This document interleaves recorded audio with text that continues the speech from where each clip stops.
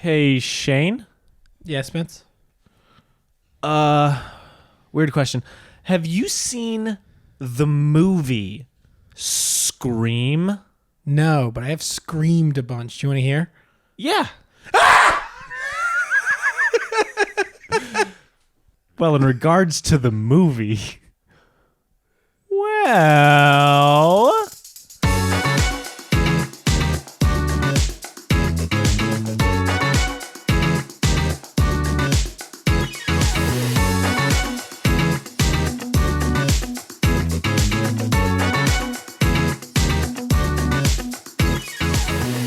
you have now. You've seen Scream. Yeah. You've seen one of my favorite Yeah. things. It took me a long time to watch this movie. I don't know think. why. Because when I was a little kid, or just as I was growing up, I didn't like scary movies. So I Because didn't you're watch, a Dumbo baby? Because I was a big Dumbo baby, and now I'm a big Dumbo baby. But a big Dumbo baby who likes scary movies. And you know what? Scream, good fucking movie. Scream rips, dude. Shout out to Scream, Wes Craven. You crazy man? He's dead, dude. That's really... Is he actually? Yeah, Wes Craven died. Rip, pouring out for Wes. Yeah. Fuck. pouring out for my homie Wes Craven. Wes Carpenter, as they say in Scream. I think that line was written before Wes Craven signed on to be in the movie, Which is amazing. which is amazing. Okay, so I mean, you've heard me talk about this a lot. I'm wearing a Scream shirt. I love this movie. I want to get a tattoo from Scream. Shout out to the video watchers. Fuck you, podcast listeners. Yeah, You don't get to see this great shirt. It actually is a great shirt. It's a great The shirt. Ghostface tarot card. And It you don't looks get to see it awesome. unless you're watching the video. So if you're not watching the video, you're an idiot. Yeah. Let's be actively aggressive towards the listeners. That's funny. But Scream, dude. Scream. I scream, you scream, we all scream because the movie's good. Yeah. What did you know going into it? Like, I mean, it's like a cultural touchstone almost at this point, specifically knew- certain aspects. But Right. Like I knew the cast, you know what I mean? Mm-hmm. Like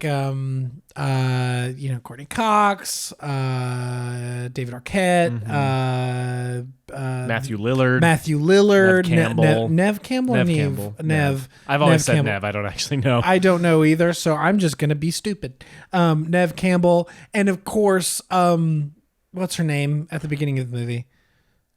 Oh, Drew Barrymore? Drew Barrymore. I knew Drew Barrymore was in it, and I knew she died in the first scene. Which, like, isn't that supposed to be like a of the time? Because like they didn't like highlight that she died in the first scene. No, right? I mean, there's... 'Cause she's like on the posters. I was going to say, there are like- posters where she takes up more of the, like, right, emphasis than Nev Campbell. right. Which was part of the marketing. It was part of the hiding to Yeah. make the movie scary that you open and you kill Drew Barrymore Yeah. in the 90s. Right. When she was at like the peak of being Drew Barrymore. Yeah. So I knew like some about the cast. I knew Matthew Lillard puts in a wonderfully insane performance. The biggest performance. And so spoilers for Scream. If you haven't seen Scream, shut up, turn it off, go watch it. It's worth watching because the movie shreds. It's so good. So yeah, I knew this is your final warning. I'm about to say something vaguely spoilery, and we will get into major spoilers later. So I knew Matthew Lillard was going to be a bigger role than what I saw at the beginning of the movie. I was like, okay, this is fun. He's having a good time, but obviously he's going to be doing more. Yeah. But I didn't know like who the killer was or who the killers were. Ooh. Yeah, that's the... I mean, the Scream did a ton of like revolutionary stuff for the slasher genre. The biggest one being it hid who the killer was so well. So well. Because if you're paying super close attention in the movie, you still can't guess it, but it's not like a cheat out. You can't guess No. it. It is the fact that there's, surprise, two of us are the killers. Yeah. You know what I mean? That was so like game changing at the time and still is. Like Scream is kind of the only one that really does the two killer thing. And it's amazing. Yeah. Like, because like when you watch the movie, the what makes it such an effective mystery is the entire movie. They're giving moments where if you're really paying attention, trying to be like, okay, who is around Sidney Prescott at any given moment, who could be the killer. they give moments to every major cast member where they're not there, but maybe they're supposed to be, Like, but maybe, you know. Every single cast member and even some side characters, like you're like, There's like wait, there's a plausible are moment they the where killer? Yeah, like so no, good. It is so well written and so well directed for that, like specifically, like where it's just like it really could be any, like the only one, like that's the funny thing is I think they do a good job of never really drawing attention to like Matthew Lillard. Like I don't think they ever give him that moment of like, oh no, it's shit, it's him. Until the like I feel like he is the bigger surprise of like, oh wait, shit, he's one of them. Yeah. Like in a cool way where it was like I was never really suspecting him. And obviously until the very end when he fucking shows up and he's like, you know, like Matthew, it's gonna be a Scream, baby. so good, dude. Give your Letterboxd review is so accurate. Just give him an Oscar. Give Give him Matthew 2. Lillard He needs an a Oscar. makeup Oscar for us not awarding Lifetime him one back Achievement then. Award for that one role. Yeah, dude. The Kennedy Center honors just for his performance in Scream. Look, 1. I also want to be clear about it. I don't just think it's a good performance for being huge and over the top. I just think it's a good performance. I think it's a little column A, little column B. Like I think he's having like an absolute insane blast, but I also think that but it he's like fits that character Right, though. 100%. Like that's the thing is you watch him and he has all these like mannerisms and movements. You're like, this feels like a dude I knew in high school. Yes. You know what I mean? While being insane and over the top, still feels like a person with Right. real desires or whatever. His line at the end when he's like, "My mom and dad are gonna be so mad at me," is so good. So I good. love it so much. But so it was effective for you as a mystery because when I went Yeah. in the first time and watched it, I didn't know hardly anything about it. I didn't really know many of the people in it before watching it. And then I was watching the whole time. I was like, no, it's him. No, it's him. No, it's him. I didn't really know it was going to be this much of a mystery. Yeah. I didn't know it was like, oh, who's behind the mask? I like because like in so many of these movies, it's like you kind of know who it is the whole time, Or who it is irrelevant. You know what I Right, mean? Like exactly. you're Michael Myers, you're Freddy, you're Jason Voorhees, you're whatever. Doesn't really matter, which is like what makes Scream so cool, I think, is also the fact that it's just sending up all of those other movies. Like Right. the slasher genre had died by Yeah. this point, completely almost. Like they were still probably making them, but it wasn't the same. And all of those famous legendary franchises were like, all right, now I guess he's in an amusement park. Like Yeah. whatever they could come up with. And then Scream comes along and is somehow both a perfect satire of all of these movies while also being one of the best ones ever made. Yeah. Like it's so good. It's like kind of like Galaxy Quest in that way, where it's like a perfect send up of Star Trek, but it might also be the second best Star Trek movie, Right. In the weirdest way, and that's Scream to me. What would be the first best Star Trek movie? Wrath of Khan. Most people would say Wrath of Khan. I like Wrath of Khan. I think you could make the argument for Galaxy Quest any day of the week if you ask me. Oh, I agree. Galaxy Quest rules. I like Wrath of Khan though, but Galaxy Quest shreds. I need to watch that. It's been a long time It's been a long since time I watched since I've that seen it. movie. I watched it like a year or two ago, and I hadn't seen it in years. But I was like, why don't we talk about this movie every single day, always? Right. It's so good. But Dude, the thing that I find incredibly cool about Scream is it feels like the premise feels so modern. yeah, Like it feels like such a modern premise to like so many movies are trying to tear down their genres in new and cool ways. And it's like, it feels like Scream built the formula for that. Yeah. You know what I mean? Because it's like, I see so much of like modern movies that are like Scream in Scream. You know what I mean? Yeah. Like it clearly like built this like subgenre. yeah, it like jumped over being still relevant today to feeling still fresh today. Yeah. You know what I mean? Yeah, Like, yeah. because you get movies all the time that feel like Idiocracy is one everyone talks about as being more relevant now than it was then.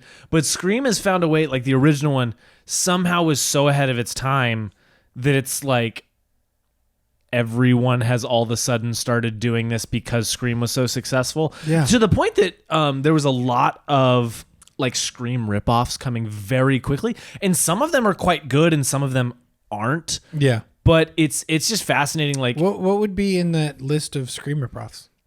one of them may be my recommendation. Okay. I'd have to look. I remember, I can't remember when this came out, but like, I Know What You Did Last Summer, and things like that. Because that's like very much mystery based. It's like, who is the killer? I mean, you could say like, oh shit, what's the one with the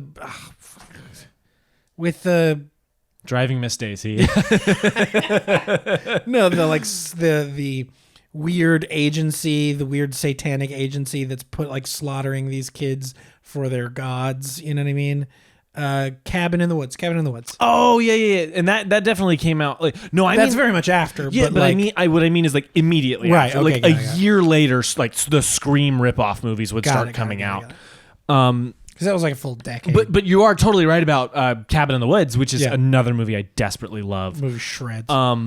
It's this perfect send up to that one is like horror specific, like just broadly, and then Scream is like taking the slasher, which is, by the way, the slasher genre is so exploitative, specifically of women. yeah.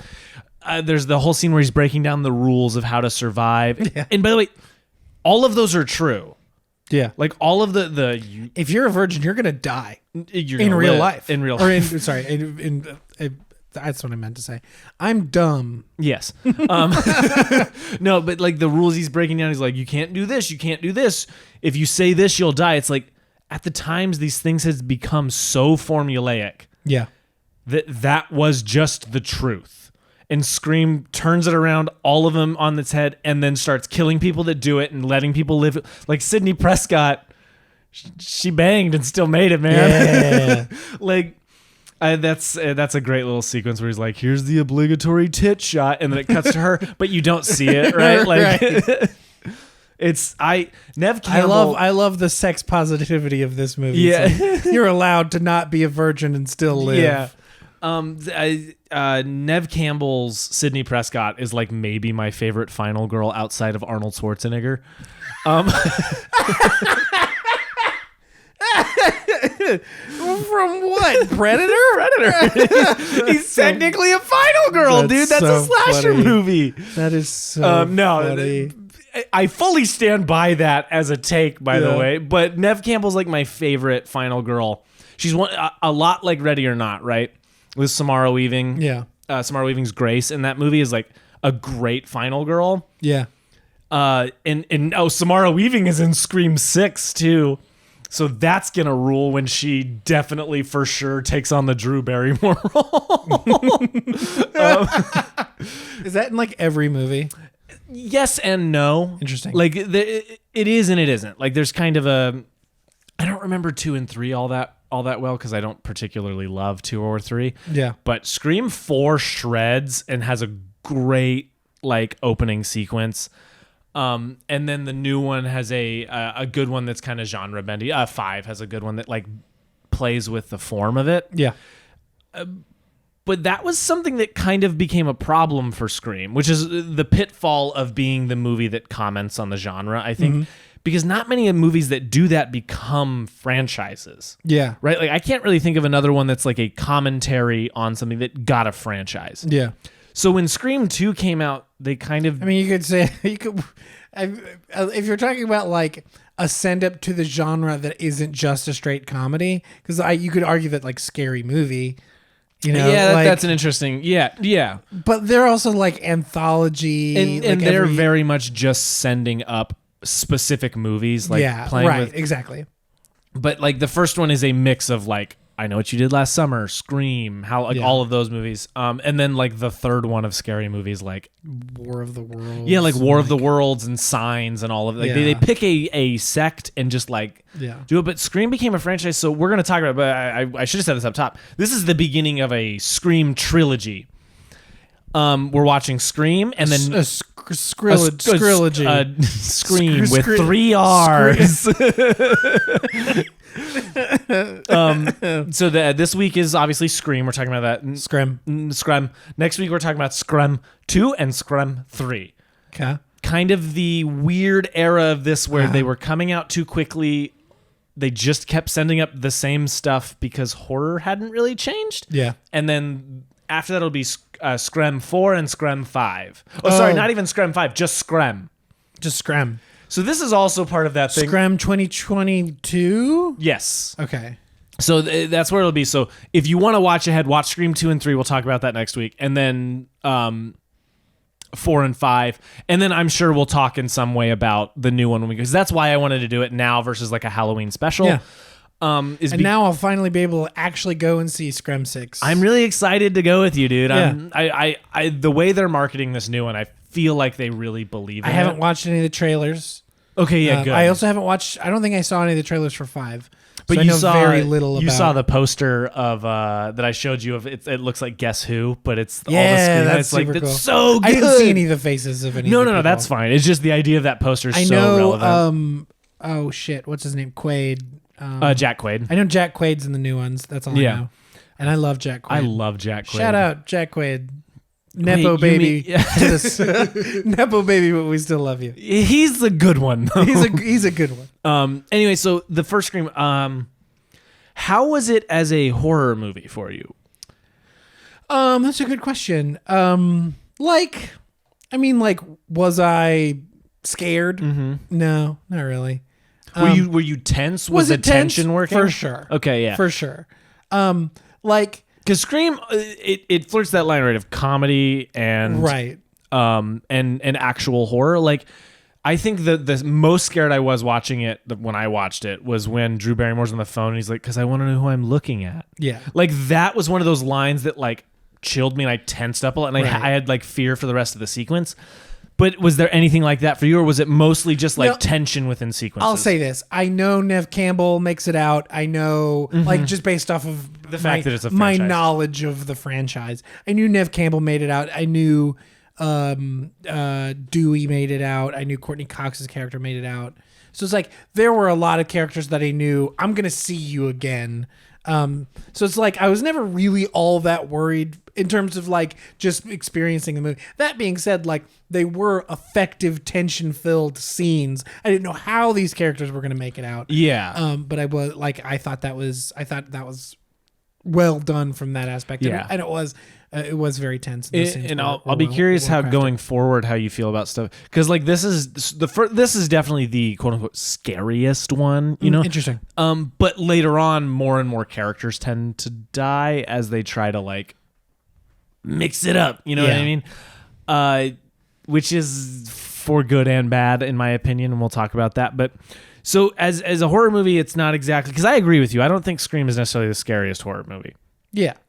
But the comedy is so good. Top notch. Now, here's a moment. I'm going to look at you, the viewer. Scream is the only slasher movie brave enough to let the heroes beat the shit out of the villain. This man is getting knocked around, kicked in the nuts, having beer bottles thrown at him. It is my legitimately favorite part of this series is that Ghostface gets the shit kicked out of him all the time. I mean, like, Makes me so happy. I can't speak for the future movies, but I can speak for this one in the fact that it's like it is just a bunch of teenagers. You know what I mean? So it's like And then one 25-year-old cop. Dewey. I'm saying in the suit. Oh, in the suit. in the Ghostface. suit. Okay. Ghostface is just teenagers. Oh, okay, So it's yeah. like I would understand how they would be capable of getting the shit kicked out of them. You know what I mean? Like obviously they're not tactical geniuses. No. They've just seen a lot of horror movies. Which is also something I love. I love the line. He's like, "Don't you know, Sydney? Horror movies or the movies don't make monsters. They just make monsters more creative." It's Yeah. like, damn, dude. That's a good line. It's a great line. There's like, a bunch like that. It's like it is incredibly well written. It is like, and there are moments I was talking to you about because when I watch this movie with people who've never seen it before. I've seen Scream like 10 or 15 times. I've seen Which it. one is it? 10 or 15?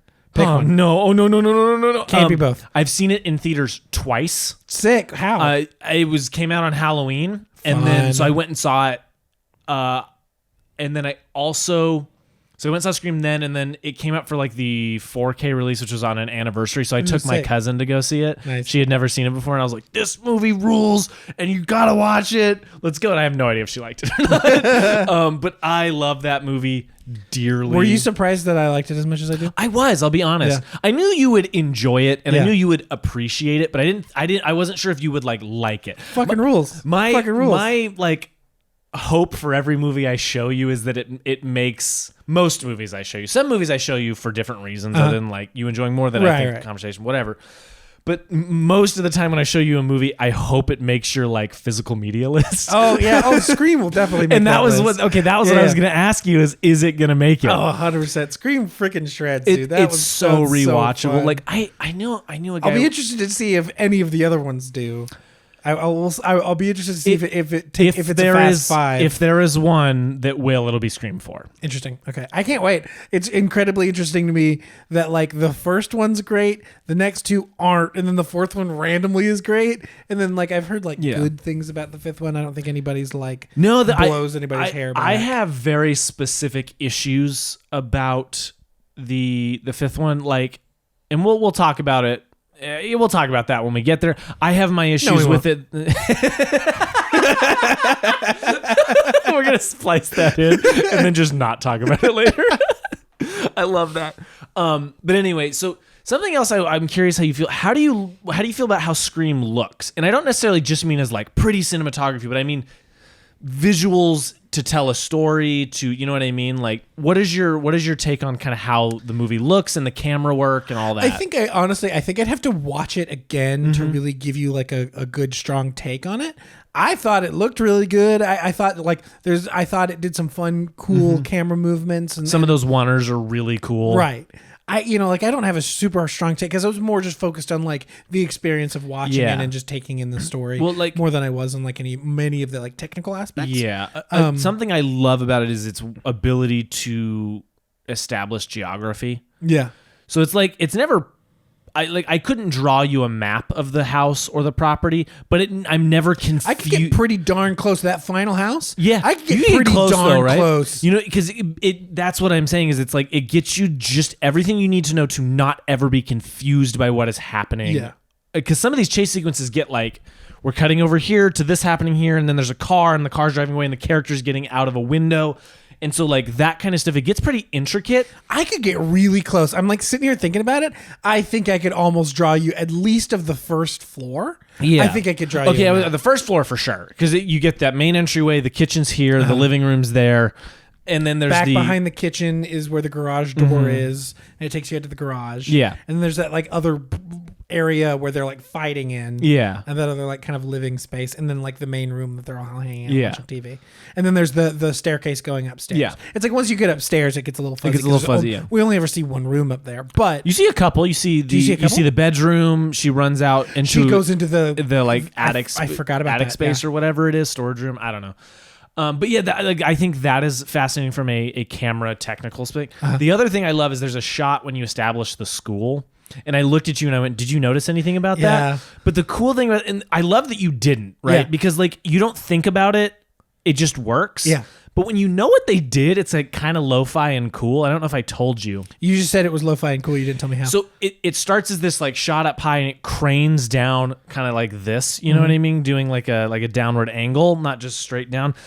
All this stuff is happening. And then as it gets low enough, all of a sudden it starts moving forward and then off. Like, so it's not, you're like, wait, that can't be on a steady cam. That can't be on, because you can't go from here to here to here on a steady cam, because how'd you get that high? Well, they just had a platform that they would like raise and use an actual crane to like lower a dude holding a steady cam. When it got low enough, he stepped off and turned it into a tracking shot. Yeah. And then it lands on that frame. And this is something I love about this movie is I pick up little tiny things, but it lands on that frame where it's Gale Weathers on 1/3 of the frame and him with the camera with the name of the news network on the other third. So your eye just goes perfectly. And dude, that's one of those things that's never stuck out to me before. Yeah. But I love it because it's just such a striking image of like, this is who this person is. And that logo tells you everything about the type of journalist she is. Right. And it's so good. Like This movie has a lot of those moments that I really love. A lot of shots I really love. Anyway, yeah, I was just curious. Any other thoughts on it visually speaking? No, I like from a visual perspective, I thought it looked really great. But like I said, I think I would need to watch it again to be a little bit more focused on kind of those technical aspects. Because, like I said, I was just having a good time. Like that I wasn't like usually especially for movies for the podcast, I think I usually take a more critical look at the movie. But this time I was just having a good time watching it. So I wasn't focusing super hard on any of those aspects other than just kind of letting the story and letting the character kind of wash over me. Well, the another thing I love. It's become famous at this point what he does to clean the blood off the knife. He's got the knife and uses the glove and pulls the that has become a staple of Scream, but it's also become like just a horror iconic thing. Like that is the other crazy part about this is you think of all the slasher icons there are, and then there's just this guy in a cheap mask. Right. And he's kind of the coolest one. You know what I mean? Like, not the coolest one. He's definitely not the coolest one. He's supposed to be dopey. I would argue that there are several famous slasher characters that are just dudes in cheap masks. Well, you know the crazy... You've got Jason with the hockey mask. The crazy thing about Jason, hockey mask didn't show up till like the third movie. Oh, really? Yeah. The first movie, it's not... It's not Jason. It's Mrs. Voorhees. Spoilers. If you watch, I was going to say, if you watched movie. Scream, they spoiled it, so it's really not my fault. That's the only reason I know We gave that. you the warning up front, so it's that. And then the second one, he's got like a bag over his head with like an eye cut out, and then I believe the third one is when he gets the hockey mask, the iconic mask. And now that's become iconic. Then, Michael Myers also has the cheap, William Shatner mask. Painted white Shatner mask. So it's like I would argue that most of them were cheap masks. Yes, you're right, but like. The Scream mask was something they really did just buy from a store. Oh, really? Kind of like the William Shatner one, but they didn't do anything to it. They just bought it from us because they had all these designs and all these like things they were trying to figure out, but they were like, well, they're just kids. Like, what is the... And so then they came up, they found that and were like, oh, that's it. Like, I love it. And I love that. Oh, it's another one of my favorite shots is when she's in the bathroom and the boots come down and then he lowers the skirt. Like the cloak. Yeah. It's so good. We talk about this too. In terms of characters, how did you connect to them? Like specifically your Neve Campbell, like as a character, were you like desperate for her to make it and live? I know you knew she was gonna, but like, were you invested in her as a person? 100%. Yeah. Like I think all of the like all the aspects of the script, including like characters and bringing you in, I thought those were all really, really well written. So it's like I was super on board for all the characters. Even what's the boyfriend's name? Billy Loomis. Is that the actor's name or is that the the actor Skeet something? His name is Skeets. That's his first name. Wait, which boyfriend? The boyfriend, the murderer boyfriend. Yeah. What's the character's name? The character's name is Billy Loomis. Billy Loomis. That sounds like the actor. Yeah. That sounds after the fact. You're like, really, guys? You didn't know? But yeah, no, Billy. I was intrigued because I didn't know anything about Billy being the guy, the killer, being one of the guys. So I was like super involved in like their relationship and him may or may not being the killer. Yeah. Because like for the longest time I was like, no, he's definitely not the killer. He couldn't be. Like, yeah. Like I feel like they go out of their way to like give him an alibi early in the movie, right. And but then still have her be suspicious. Even like at the beginning where it's like he's at the Ghostface is at the door and then he comes in through the window. It's like even that doesn't feel like how that doesn't feel possible that he could, because it probably wasn't. And that he could get out and get around and all that kind of shit. So, yeah, definitely. Yeah, but that's why the movie's so smart. You know what I mean? Is all those moments when it does that where like when you watch it, you're like just bought in. You're like, but that's a big thing in horror that I think is not, and especially at the time wasn't used enough, is that your characters were smart. Yeah.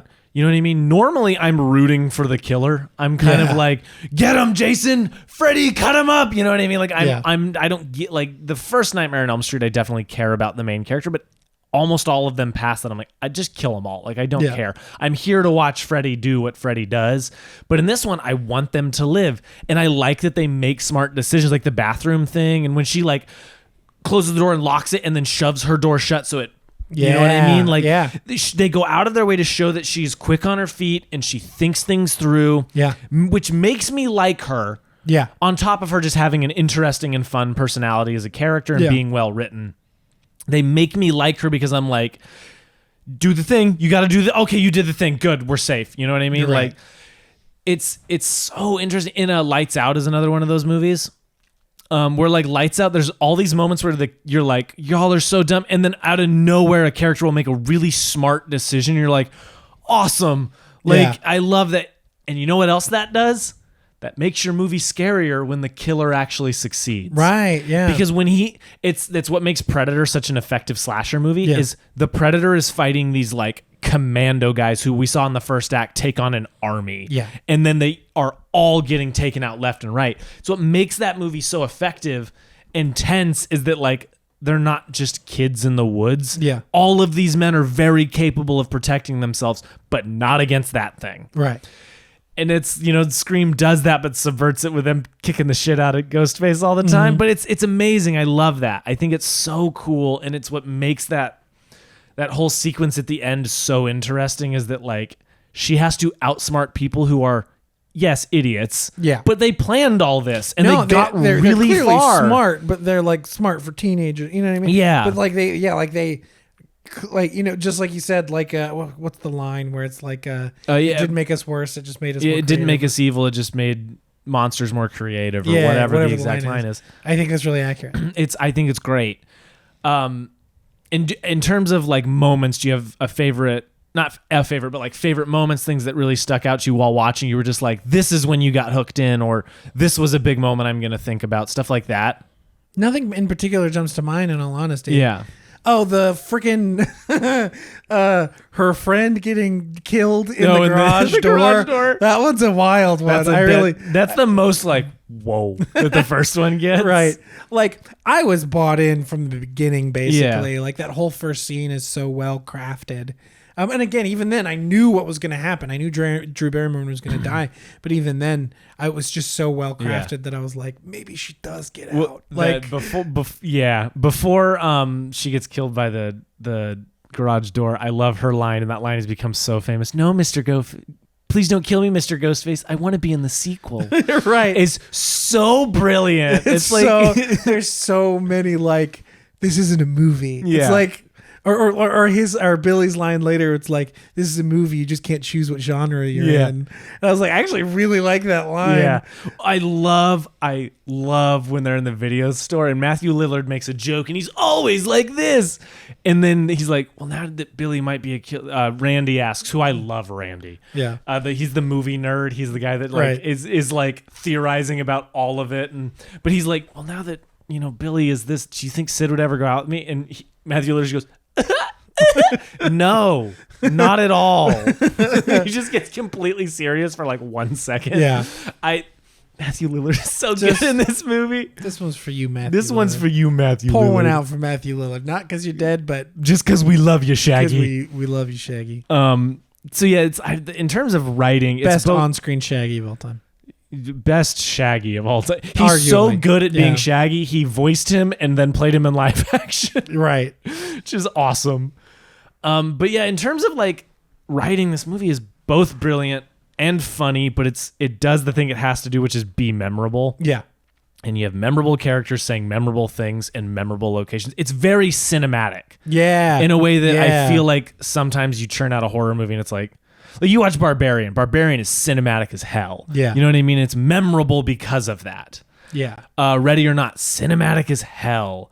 Then you'll get ones occasionally where you're like, this is good, but I'm not. Especially as you start churning out more of the sequels, they kind of fall into that like Pirates of the Caribbean where it's like, whoa, don't change up things too much, good friend. Right. But I don't know, man. Scream is the best movie? Like Scream best movie. Little bit. I think a little bit. Scream best movie. I love it. The Scream rules. I was not expecting to enjoy it as much as I did, and I liked it a lot. Yeah, it didn't. I think it definitely needs a rewatch for me. I definitely need to watch it again to like I think fully absorb all of the kind of like technical aspects, like I was saying. But just from like a sitting like not, and I don't mean this in any way degrading whatsoever, but like in the best like turn your brain off kind of way, because it's not a turn your brain off movie. It's not. It's a movie that deserves concentration, but this movie is just so much fun. Well, it's easy to just like sit back and enjoy it. I think it's one of those movies that like when I think of movies, like what a movie is, Scream is one of them. You know what I mean? Like I have a friend who says Jurassic Park is the most movie ever made, and it's like accurate. It's Shaun the Sheep, of course. Well, of course. The fact that you didn't bring up Shaun the Sheep first, I can't, because then it makes every other example seem like diluted. You know what I mean? I get it. Okay, all right, I'll allow it. Shaun the Sheep. But yeah, it's this is one of those movies that's like, I think of this, I think of like Raiders of the Lost Ark, Top Gun, you know? Yeah. These movies where it's just like they personify movie. Yeah. And Scream for me is one of them. Is very much like the like a stock image of a horror movie. Yeah. It is like the most horror movie movie. Where it's like, in all honesty, it's not all that scary, but it has so much horror movie packed in there.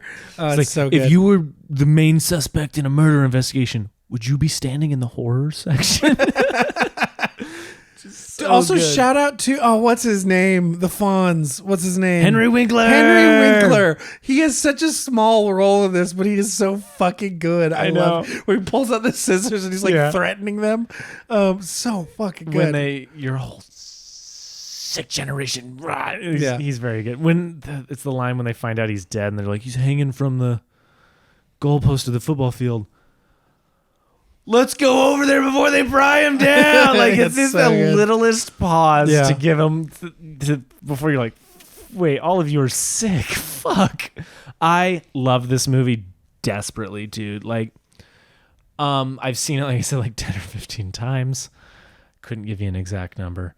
I'm disappointed. I know. I'm disappointed. In, when was the first time you saw it? How long have you been a Scream fanatic? I saw it my like second semester of college because it was on Netflix at the time. Okay.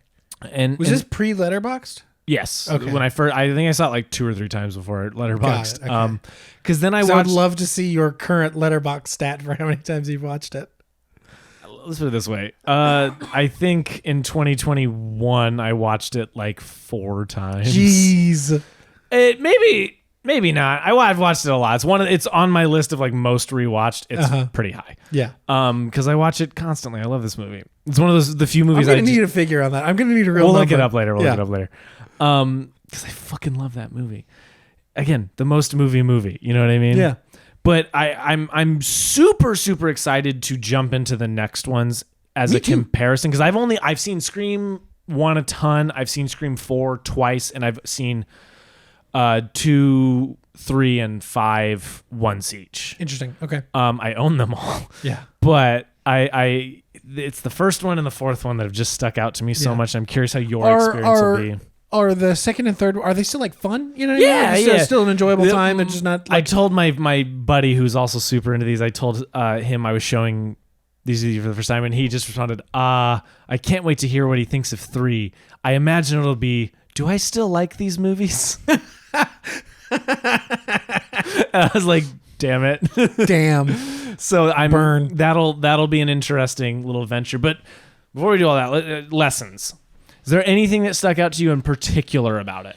No, I mean, like, I think in terms of lessons, I don't really have much. It's really cool to see how much of the like horror world, like the horror landscape, was really created by this movie since then. Like I said, like so much, it feels so modern, like in a way I was not expecting. Where like, especially with like its own commentary on the horror genre, because it is such a popular trope now of like a movie commenting on its genre. Look, like that, like a movie like that has been made for a very long time, but not to this finite a point. You know what I mean? Like it really gets down to the nitty gritty of exactly how the plot works and all that kind of stuff. And that is such a popular thing now. So it just feels so modern. And so I really love that about this movie. Other than that, like again, like I like I said, like I do need to like watch this again for a little bit more of a critical eye on it. But I was just having such a good time. I was like, all right, let's have it. Let's have fun with it. Which I mean, that's only a good thing for me. Was I was just like having a great time watching it. So, what about you? I'm sure you have a little bit more. In the way of my lesson is a bit on the idea of commenting on something. Uh-huh. If you're going to make a satire, if you're going to make a send-up movie of some kind, if you're going to make something that like analyzes the thing, I think of Logan in this way a lot, where Logan feels like both an analysis of, or not an analysis, a like commentary on both Westerns, at the very least modern Westerns, neo-Westerns, Yeah. and superhero movies. yeah. The idea of the superhero movie getting old and like what does that look like? I think I would argue that Top Gun Maverick does the exact same thing. Yes, that's a great yes.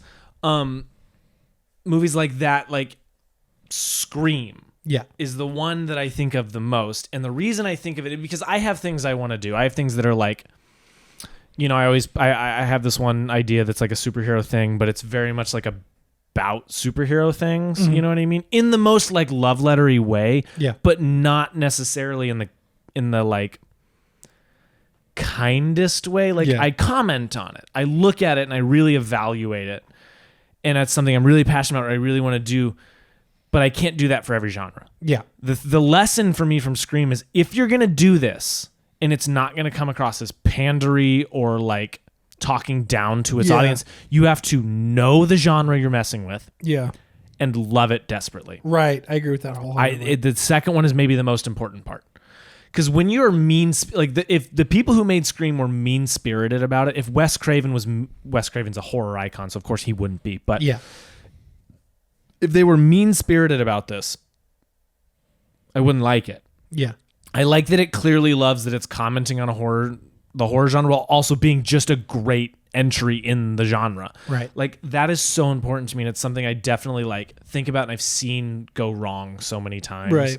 Where it's like people are like, I'm gonna do this, where I'm gonna make this movie, and it's like, have you seen the movies you're talking about? Like, have you seen the famous movies you're making fun of? Yeah. It's like, have you seen all of them? You know what I mean? Because the people who made Scream have seen all of the fucking horror movies they're talking about. I feel like there was like in the mid 2000s, there was this like outbreak after Scary Movie. It was basically like Scary Movie ripoffs, Yeah. where it was just like a bunch of really shitty, really cheap Superhero movie was parody one of them. Yeah. movies. Yeah. God, what was the one the one where they knocked off 300? I can't remember. I think it's literally just 300 Spartans or something. Yeah, like there was like There's a Vampires Suck one of the Twilight. Yes, exactly. Like that era of like just cheap, crappy, And it's not fun. and it's not fun because it's like It's like, I still want to watch a good movie, dude. Like, it's just like lazy, cheap, like cheap shots. Like it isn't just like again, like Scream is like in itself a good, fun, like thriller horror slasher movie in a way that like those movies aren't. Like they're Yeah. just shitty comedies Yeah. with the trappings of whatever parody they're trying to make. yeah. I think Scary Movie, like probably the original, I haven't seen most of them, so I can't really speak to their quality. But like I know that that's like a pretty loved franchise. So it's like I think at least the first couple, you know Yeah, what I mean? They kept look, making them- in as far as the parody movies go, those are not the worst ones. by far no. But They kicked off this I was saying, trend. it spawned the thing Yeah. that became horrible. Yeah. Because like, look, man, I watched the commentary movies like Scream, like Top Gun Maverick, you know, like the Yeah. Lego sequels, or the best Lego sequel, Blade Runner 2049 is also a great Lego sequel because it looks at the first one and wonders what time does to these people, you know what I Yeah. mean? And it comments on sci-fi, and it comments on the nature of what the first one was evaluating. Right. And Top Gun Maverick is like the epitome of that. It's what Jurassic World wanted to be, you know what I mean? But Jurassic World is not at all. It's the thing. Jurassic World is not nearly as smart as it thinks it is. No, dude, it's not smart at all. I think Colin Trevorrow is not as smart as he thinks he is. Yeah. But that's for me really what I talk to people about, and I always send out. It's like you have to love the thing you're making fun of a little bit. Yeah, no, 100%. Because then it's more fun. Yeah. Like it's better for it because you are the nerd that's allowed to say this. See, but what about self-deprecating jokes? Because I do kind of hate myself, but I am very good at making fun of myself. So how does it work for that? That is for philosophers to decide, not us. That's for my therapist to decide. Yeah. But yeah, But anyway, scary movie rules. Scary, or did I say scary movie? You said scary. Well, Scream. originally it was going to be titled Scary Movie. That's amazing. That was the original title, and they changed it to Scream. Scream, best movie. Scream, best movie. Segment. Segment. Okay, I have a fun game. I don't know if this idea originally came from Dropout TV, their game show. Actually, they have a version of this game. I don't know if it originally came from there, if it came from somewhere else, but this is what I'm doing. I am going to read you reviews for scary movies, for horror movies, and you're going to have to try to guess what the movie is. I have 3 different movies, and each of these movies has 2 reviews. So I'm going to read the first review, see if you get it, and then read the second review. The way I've tried to do this is make the first one a little harder and the second one a little easier. So we'll see how it goes. And they're all horror movies. They're all horror movies that he owns. on physical. On physical. Okay. Here we go. First movie. In the first half, the characters teach us the rules of survival. In the second, we learn new ones alongside them, and the sense of a cumulative, wordless revelation is thrilling. I've seen blank twice, and it spoils nothing to note that the film closes, crucially, with not just an image, but a sound. One that was met immediately both times I heard it with a burst of grateful, relieved applause. A Quiet Place. Shit. Yeah, you got it. Do you want to hear the second review? Yeah, I do. I want to hear what it was. In its simplicity and punch, this film that feels as if it could have been made decades ago in the classic age of Planet of the Apes and the Omega Man. It is a cracking back-to-basics thriller that does not depend too much on what these creatures look like. The director rather cleverly addresses this issue, but keeping them glimpsed only subliminally at first, but then without giving any clear idea of what they look like, we graduate to a surreally extreme close-up of the beast's hideous, undulating ear. Oh, yeah. A satanically sensitive orifice. Okay. Okay, here's the next one. Yes.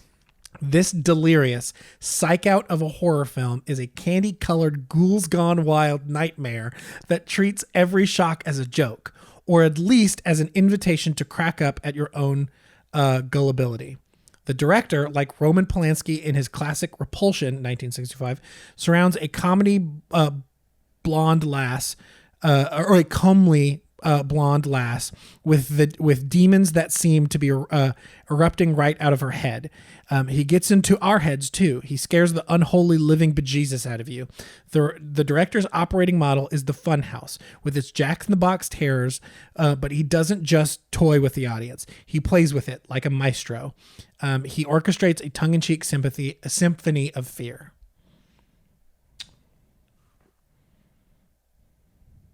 Immediately, it jumps on is It. No. Okay, my second guess would be, I want to guess one of the Evil Dead movies. Oh, wait, is it Ready or Not? No. Oh, okay, what's the next review? I want to... Starting with a hilariously protracted confrontation between the character's name and the old woman in the parking deck. It may be the first time anyone has been in danger of being gummed to death. This movie piles on the cartoon horror set pieces in rapid succession. It's Drag Me to Hell. Okay, yeah. The first review is making more sense now. Yes, Drag Me to Hell's cool, dude. That's a wild Sam Raimi movie. Yeah. I accidentally left Sam Raimi's name in there, and so I was like, I almost read it. And I almost read it. Okay, here's the last one. Here's the last movie. If you're a fan of classic old school slasher movies, the kind that Scream skewered so deftly, even as it made itself into an ideal example of one that was part of the skewering, you know how interchangeable they are. The mass killers who keep popping up in the middle. The masked killers who keep popping up in the most arbitrary possible ways, the fresh and sexy generic youth actors who get carved into the mincemeat, the whole thrusting kitchen knife atmosphere of Psycho at the mall exploitation. So there's a very minor sort of literal ingenuity to the premise of this movie, a collegiate slasher movie that funnels all the usual tropes and cliches into the same nightmare scenario, played out over and over again with variations. In a genre as debased as this one, that almost counts as inspiration. Happy Death Day. Yep. Yeah. I'd be shocked to read a review of this movie that didn't say it's Groundhog Day meets Scream. Yeah. That was the next one. Yeah. Shit, you got all three. Hell yeah. Hell yeah. A game he's actually good at. Damn. Man. That's not true. You've been pretty good at some of the No, other it's ones, too. true. I can own it. That was a good. That was a fun one. I though. fully thought the reviews were going to be like our Dumbo idiot one-line joke reviews, and I was going to have to guess based on that. Yeah, I tried to find like actual legitimate reviews and then just pull sections from it and like, remove names and titles and stuff. Yeah. Good game. That was a good game. I liked that one. That was fun. I'm glad you got all three. Yes, I do. It is helpful that it's in a window of movies I own. Right. I didn't want to pull out some random obscure shit you've never heard of or something that, you know, I wanted to pick movies that I knew you at the very least appreciated enough to own. Yeah. Recommendations. You kick it off because I think you have one that's actually relevant and mine is not relevant. At all. Mine is vaguely relevant. It's a Robert Rodriguez movie that I have recommended on the podcast before. I recommended it on the Invasion of the Body Snatchers episode. Right. It's called The Faculty. It is like one of those movies that got greenlit in the wake of Scream. Mm-hmm. It's not really all that like Scream, but it is one of those like young cast of up and comers get together, and it's like it has a similar budget to Scream, and it's like kind of been forgotten. Yeah, but I like that movie a lot. Like I don't remember where I saw it recently, but somebody brought it's HBO. It pops on and off of HBO. No, I'm talking about like there was like a video essay or something. Like it was me in a wig because I'm the only one that's seen it apparently. But it's got a young Elijah Wood. Oh, that's fun. Yeah, and Josh Hartnett. And is it a pre-Lord of the Rings? That's a good question. I think so. Interesting. I think so. It's also got Jordana Brewster from my beloved Fast and Furious franchise. We love her. Saga. I'm sorry. My beloved Fast and Furious saga. How dare you? Yeah. They released a poster for the new one, and it just looks like the Seventh Seal. Yes, it's so fucking awesome. Great. I can't wait. Anyway, so The Faculty is just a really cool, fun movie that's got a bunch to like about it. Yeah. Like, I watched that movie. More people should see it. More people. I think it's genuinely kind of a forgotten, fun, great little movie. Yeah. So watch that one. Hell yeah. I have been continuing down my dual challenges of watching all of the Letterboxd top 250 movies that I haven't seen. So in that, and also watching 365 movies this year, I am keeping pace. In fact, I think I'm a little ahead of pace at this point in terms of movies. 365 movies. I need to start catching up on my Letterboxd movies. But this week, I decided to pick out just a random one that I knew very little about. I knew actually nothing about it when turning it on, and then after watching and doing a little more research, I was like, oh, that's this movie. Okay. The movie is Paper Moon. It is like, it's from 1973, but it looks like it was shot in 1933. And it's like just a adorable little like dramedy about a con man taking a 9-year-old girl across the state or across a couple states to bring her back to her family after her mother tragically dies. And so the movie literally like starts at her funeral. He comes to pay his respects, and then the people there are like, will you take her to her family in Missouri? You know how you do with a child. Right. And so he, takes her under his wing, and they go on misadventures together. And it is so wonderful and sweet and great. And I did not expect it to like it nearly as much as I do. And holy shit. Okay, hold on. I don't want to do her the disrespect of getting her name wrong. So I'm going to look up her name quickly. What is her name? The name of the phenomenal supporting actress. Tatum O'Neal, daughter of Ryan O'Neal, the lead actor. The lead actor, his daughter is the supporting actor. And Tatum O'Neal is the youngest person to ever win an Oscar for this performance. She was 9 years old when she won Best Supporting Actress for this performance. And holy shit, does she deserve it. Yeah, She's the that's cool. most badass little kid. My review for the movie was like, I hope when I grow up, I'll be half as cool as that little kid is. Because that kid fucking rules. That movie is very good. I think it will be a recommendation of mine for the podcast. I think I want to do that one for the podcast. So you guys should watch it. You shouldn't. So we can do it for the podcast sometime. He gets mad at me because I watch too many movies. Yeah. Well, because he was going down the Letterboxd top 250 list. I wasn't. Look, what happened is I was in one room and I heard them watching My Neighbor Totoro, and I went, I want to watch My Neighbor Totoro, but they had already started. So I went and I watched it, and then I just was bored one day and was like, I need to watch a movie, and so I was like, just went to that list, and it. You son of a bitch. And now those are movies I can't recommend him. I have far fewer movies on my recommendation list than he has for me.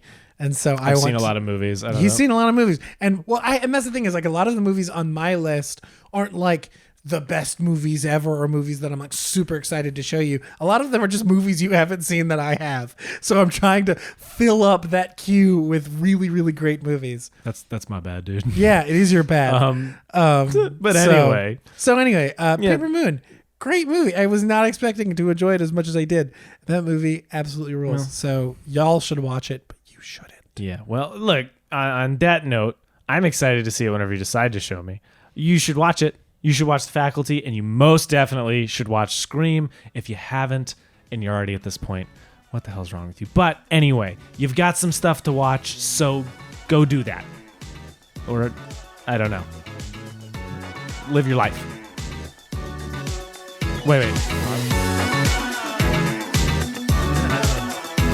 I don't know. Or don't.